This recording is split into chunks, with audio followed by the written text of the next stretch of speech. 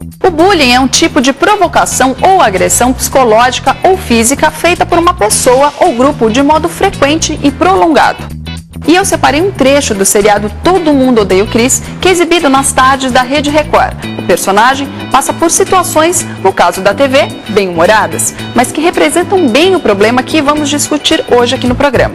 Surpresa, Donkey Kong! Era bom demais pra ser verdade. Greg!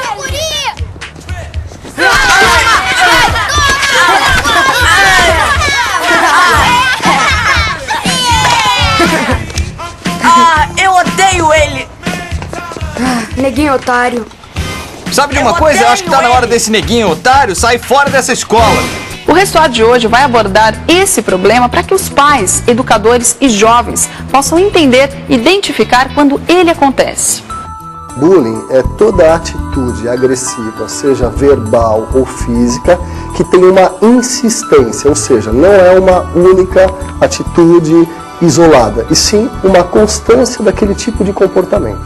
No próprio bairro, na vizinhança, na carreira militar, na escola, no trabalho, toda situação que tem um grupo onde uma pessoa é pega teoricamente para bode expiatório, isso é caracterizado como bullying. Caso da internet, né, que propicia também esta situação de bullying.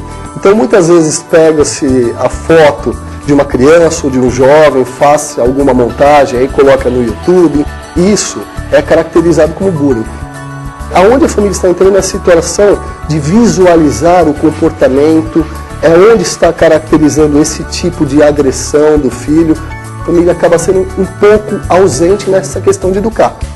Se a família está presente qualitativamente e não quantitativamente, ela começa a perceber tanto o filho que tem as características perversas da agressão, quanto aquele que de certa forma está sofrendo pelo bullying, está sofrendo agressão. Se a criança ela tem um comportamento agressivo e aquele comportamento não é explicado e muitas vezes orientado e tolhido pela família, a tendência natural ela é entender que aquele tipo de comunicação pode ser colocado em prática.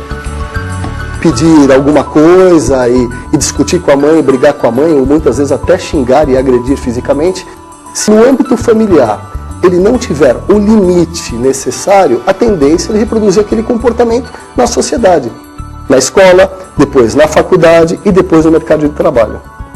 Na escola vai ter algum momento que a gente vai ser criticado, no mercado de trabalho, e isso é saudável para a formação da personalidade. Porém, tem situações onde a criança não tem aquela sustentação emocional familiar, que a hora que ele é zombado, ao invés dele tentar se defender, ou argumentar, ou procurar mãe e colégio, ela tende a se fechar. E aí sim, já na infância, a gente pode gerar uma criança com depressão. Normalmente, esse comportamento é estimulado por uma pessoa, só que aí vem a característica do líder. O líder pode ser tanto um líder positivo, para elogiar, como um líder agressivo.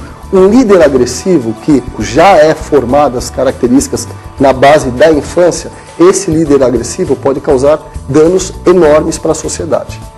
Então a família, tanto na hora de dar os limites como de acolhimento, é importante. E isso vai para o resto da vida. Hoje eu tenho alguns casos de adultos com depressão ou transtorno de ansiedade, síndrome do pânico, que isso foi gerado direta ou indiretamente por uma situação de bullying.